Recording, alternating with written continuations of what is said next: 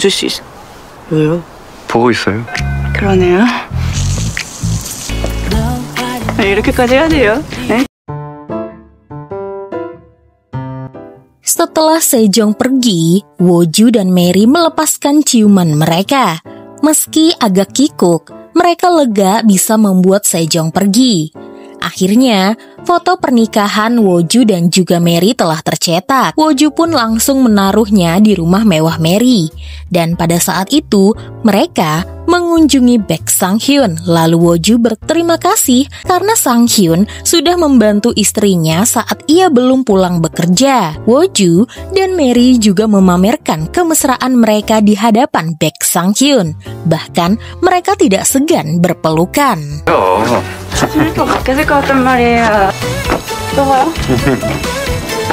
Sementara itu di kantor, Sejong yakin yang ia lihat adalah bosnya sendiri. Ia lalu memberitahukan kepada rekan-rekan kerja yang lain, namun mereka semua tidak percaya. Dan menurutnya, wanita yang dicium bosnya itu mirip dengan Mary. Karena begitu penasaran, Sejong pun menghubungi pihak foto studio untuk memastikan siapa yang sudah memesan foto pernikahan di sana. Untungnya, rupanya Woju memesan foto studio tersebut menggunakan nama samaran. Ia menyalahkan Mary karena memesan foto studio di dekat kantor mereka. Lalu, Woju menyinggung ciuman mereka. Ia menuduh Mary telah menarik dirinya ke arah Mary sehingga mereka pun akhirnya berciuman. Padahal Woju hanya ingin mencoba posisi tertentu saja. Mary pun terkejut karena setaunya Woju lah yang menciumnya lebih dahulu dan dirinya hanya berimprovisasi saja karena Sejong melihat mereka berdua. Lalu, setelah itu Woju memberikan tas berisikan baju dan barang-barangnya, bahkan celana dalamnya. Mary pun berterima kasih. Woju ingin Mary membalasnya dengan kerja kerasnya karena pimpinan menyukai desain milik Mary. 직접 듣고 싶으시대요? 진짜요? Sementara itu, Jang Han-gu memberitahukan jika proses pemakaman Pak Ko telah selesai. Dan di sana nenek Woju sangat menyesalkan kejadian yang menimpa Pak Ko. Ia ingin Jang Han-gu menjaga keluarga Pak Ko dan kalau bisa mempekerjakan istrinya di perusahaan mereka. Di sana, Jang Han-gu memberitahukan jika Pak Ko sebenarnya telah menggelapkan uang perusahaan untuk berjudi. Rupanya, Jang Han-gu menyalahkan penggelapan milik J Company yang diduga adalah miliknya sendiri kepada Pak Ko. Nenek Woju tentu tidak bisa mempercayainya. Menurutnya, Pak Ko adalah orang yang baik dan setia kepada perusahaan. Bagaimana bisa Pak Ko menggelapkan uang perusahaan untuk berjudi? Saat makan malam di rumah, Nenek Woju mengatakan jika untuk sementara posisi Pak Ko akan digantikan oleh Eungsu. Eungsu awalnya menolak karena ia tidak mengerti dengan akuntansi. Tapi di sana ayahnya, Jang Han-gu, akan berusaha untuk mengajari cara kerjanya. Kim Myeon berkata, jika keluarga Pak Ko pernah makan malam bersama mereka, mereka adalah keluarga yang baik dan dirinya tidak menyangka jika Pak Ko akan mengalami kecelakaan ini. Beruntungnya, Pak Ko sendirian, tidak bersama keluarganya. Bayangkan, jika satu keluarga itu berada di dalam mobil itu, bisa-bisa seluruh keluarganya akan tewas. Dan hal tersebut membuat Woju pun jadi bersedih. Ia teringat lagi dengan kecelakaan yang menimpa orang tuanya. Nenek Woju menyuruh putrinya itu untuk tutup mulut. Meskipun kejadian tersebut sudah lama berlalu, tapi kejadian itu menyakiti semua orang, terutama Woju. Menurut Kim Myeon, Woju sudah dewasa, jadi menurutnya tidak akan kenapa-napa. Eungsu langsung berkata, Woju adalah pria pengecut. Ia mudah sekali bersedih.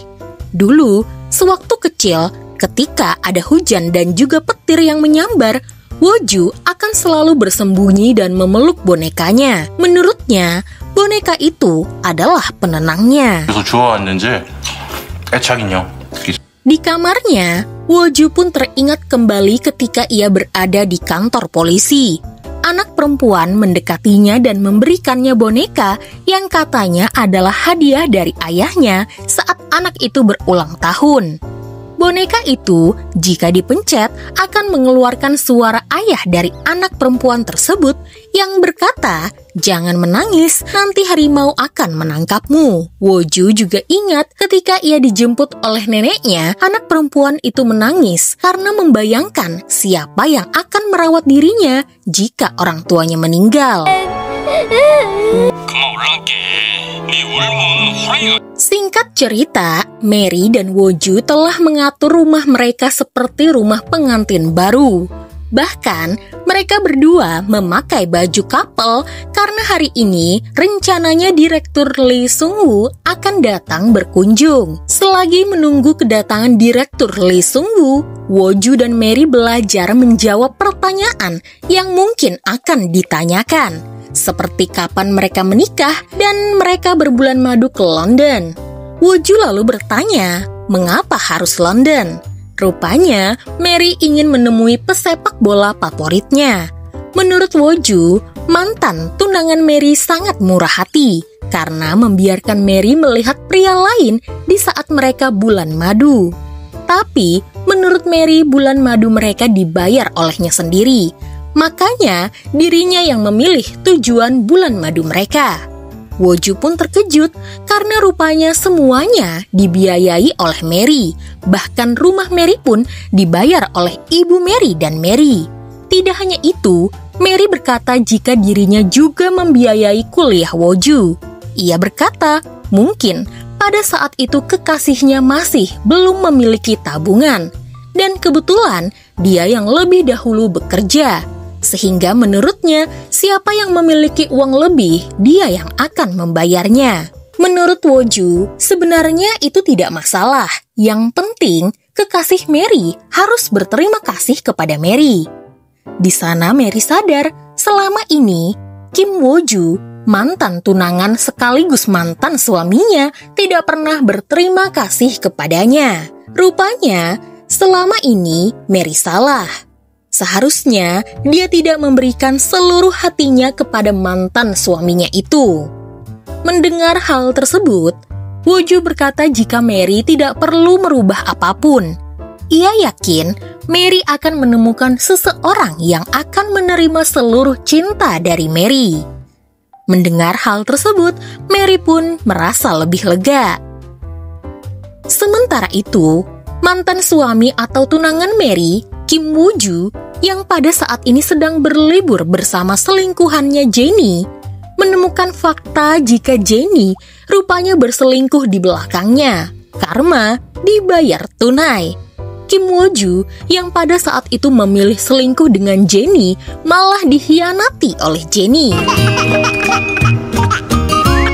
Malam itu, Jin Gyung menghubungi Woju karena ia ingin mengajak Woju untuk makan malam bersamanya. Namun, Woju berkata saat ini ia sedang sibuk. Jin Gyung sedikit kecewa karena sebenarnya malam ini ia berniat untuk mengutarakan perasaannya kepada Woju. Lalu, pada saat itu, Jin Gyung memutuskan untuk minum-minum sendirian. Dan di sana, ia malah bertemu dengan Baek Sang-hyun yang pada saat itu sedang minum sendirian juga. Jin Gyung berusaha menyapa dan mengenalkan diri jika dirinya adalah dokter dari Lee Sang-hyun. Ia menghibur Baek Sang-hyun karena Jin Gyung tahu bos Baek Sang-hyun, yaitu Lee Sung-woo, sedang dirawat di rumah sakit dan suka bertindak semaunya kepada Baek Sang-hyun yang merupakan sekretarisnya. Tapi menurut Baek Sang-hyun, tindakan Ji Gyung sudah melewati batas. Ia tidak ingin diganggu oleh siapapun. 호의를 왜 그렇게 삐딱하게 받아들이세요? 속상하면 솔직하게 말하시. 조용히 마시고 싶으니까. Pada hari itu, Ibu Mary berkunjung ke Seoul karena Mary tidak juga mengangkat telepon darinya. Mary terkejut ketika melihat pesan dari ibunya jika ibunya ingin mengunjungi ibu dan kakak Woju. Pada saat itu, Mary sedang rapat bersama perusahaan Woju. Melihat Mary sedang kebingungan, Woju pun berinisiatif untuk membantu Mary. Ia akan menjemput ibu Mary. Sementara Mary tetap ikut rapat karena hari ini ia harus presentasi. Singkat cerita, ibu Mary sudah sampai di rumah besannya. Tapi di sana, ibu Mary terkejut ketika mendengar dari mereka berdua jika pernikahan Woju dan Mary dibatalkan karena Mary tidak pantas bersama putranya. Ibu Mary pun diusir secara paksa, bahkan ia didorong sampai jatuh. Pada saat itu Woju, si pria baik hati pun datang dan membantu ibu Mary, dan ia memperkenalkan dirinya sebagai rekan kerja Mary. Lalu setelah itu, Woju pun mengantarkan ibu Mary ke stasiun bus agar ia bisa pulang ke rumahnya. Woju menjelaskan jika pada hari ini Mary sedang rapat di kantornya demi masa depan perusahaan Mary. Sehingga Mary meminta bantuan dari Woju untuk mengantarkan ibu Mary. Ibu Mary menjelaskan jika putrinya mungkin galak, tapi dia adalah wanita yang baik hati. Woju pun tersenyum karena memang ia tahu Mary adalah wanita yang ceria dan banyak orang yang menyukainya. Lalu, setelah itu ibu Mary menceritakan tentang Mary kepada Woju, dan Woju sangat senang mendengarnya. Singkat cerita, ibu Mary pun kembali pulang ke kampung halamannya. Woju bahkan membelikannya tiket. Ibu Mary berpesan kepada Woju agar Woju tidak menceritakan apa yang Woju lihat di depan rumah besannya. Ia takut putrinya akan bersedih. 어머님 방금 가셨어요.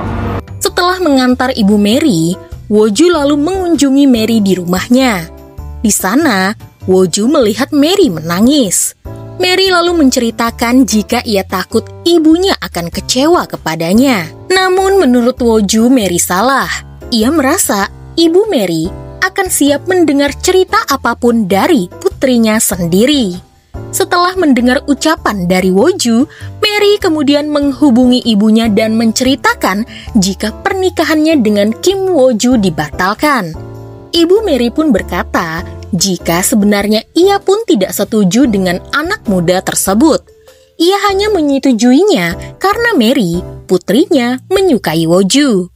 Lalu, Mary pun menceritakan perihal rumah barunya, di mana menurut ibunya Mary harus merahasiakan hal ini dari siapapun dan tetap menyimpan rumah tersebut. Mary tidak menyangka, ternyata ibunya tidak sekecewa itu kepadanya. 멋있네 우리 엄마. Malam itu, Woju melihat dompet milik ibu Mary ketinggalan di mobilnya.